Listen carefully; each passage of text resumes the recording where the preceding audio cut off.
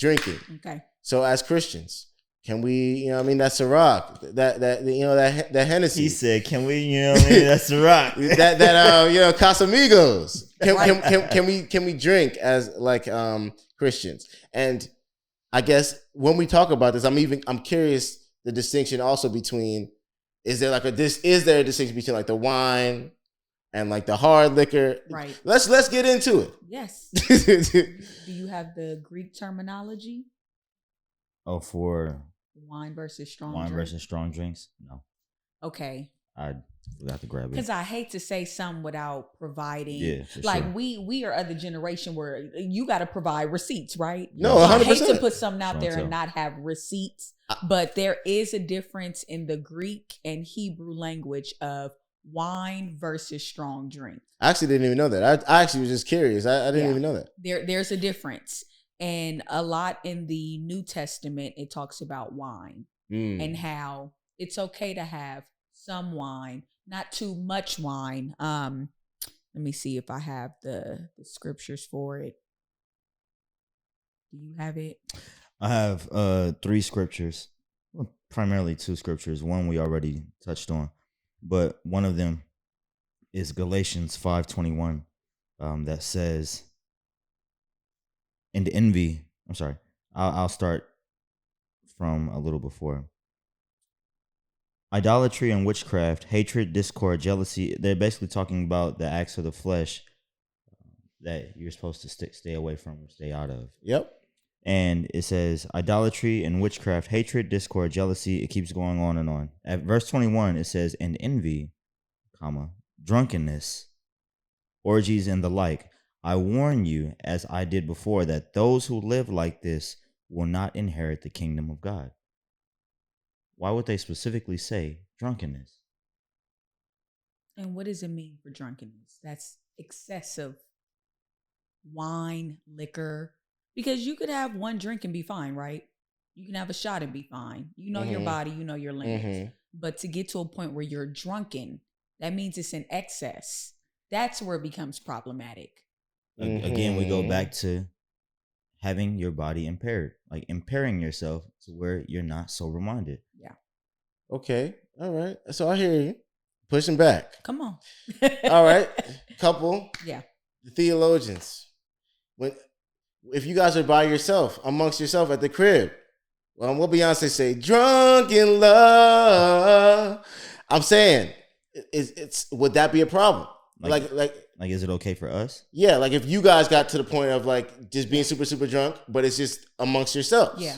No. Okay. I'm gonna tell you why it's not cool for me. Oh, you're saying no, it's not okay. I'm saying it's not okay for me to do that. Oh, and this is you as an individual. Yeah. Me. Okay, cool. It's not okay to do that because I don't want my wife to see me in that kind of impairment. I want to present myself as close to the image of Christ as I can. Do I fall sometimes? For sure. But is it my goal to fall? No. Okay. Now, wifey got to get real, okay? So we have had nights and moments where we tried to do the Beyonce and Jay-Z. I've seen him drunk. He's seen me drunk. Okay. Drunk beyond, right? So we've been there. Yeah. And we had to learn this don't work for us. I kid you not. Almost every time we tried to have a drunk in love night, we ended up drunk and fighting. Oh, dang. It didn't work for us. And finally I sat down like, why not? I didn't call y'all to do that.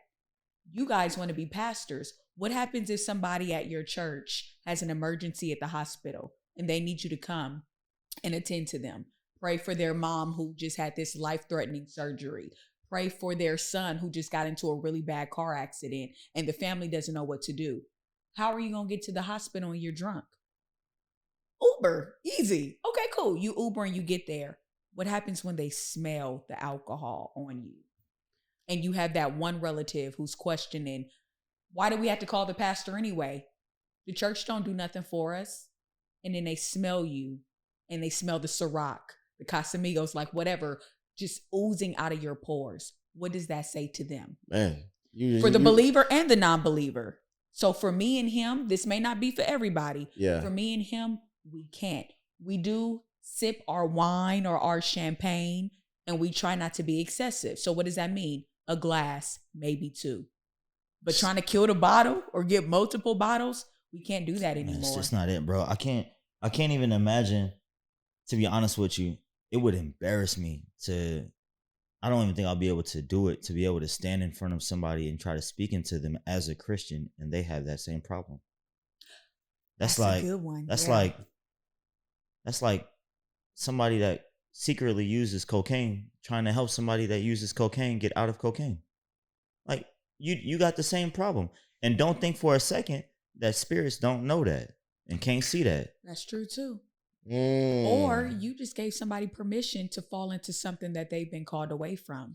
Someone is an alcoholic and they're struggling to let it go, and they finally get a handle on it, and then you, their pastor, show up reeking of alcohol. Oh, the pastor drinks. I'm good. No, for your life, you're not supposed to do that because you don't know how to do it balanced. So now I just call somebody to spiral back into a habit that they work so hard to get out of. That's another thing that him and I in particular have to consider. Like I get you want to relax, have a glass or something like that, wind down, got it. And you can. I understand that. Yeah. But going hard in the paint, I can't imagine trying to give a sermon on a Sunday morning hungover. Ooh. And it's interesting. I like everything that you guys are saying. I think it touched on a lot of things, right? For one, like, Jesus did turn the water into wine, right? Now we've heard this as the one of the number one reasons why people support their addiction with that right there. No, but and then you touch on something else right there, the addiction. So like, I think what you guys are touching on is the wisdom of just like, do you have control of this, or is this controlling you? Yeah. And that's just the question that I think whether you're a believer or not, you got to ask yourself that question, like, who's running who with this liquor thing, right? And then I like that. See, like, okay, on one end, people may listen to this and be like, all right, well, these guys are pastors. Like, I'm not a pastor, and I'm not trying to be a pastor. Right. So do I got to be on that type of time? Yeah. But at the same time, what you're also touching on is just leadership. Well, in the spiritual realm, at one of the highest levels, but essentially everyone is a leader to a certain degree. Exactly. So you do got to ask yourself, okay, wait a minute. How is what I'm doing affecting those around me? Yeah. And am I putting? So it's good. It's good question.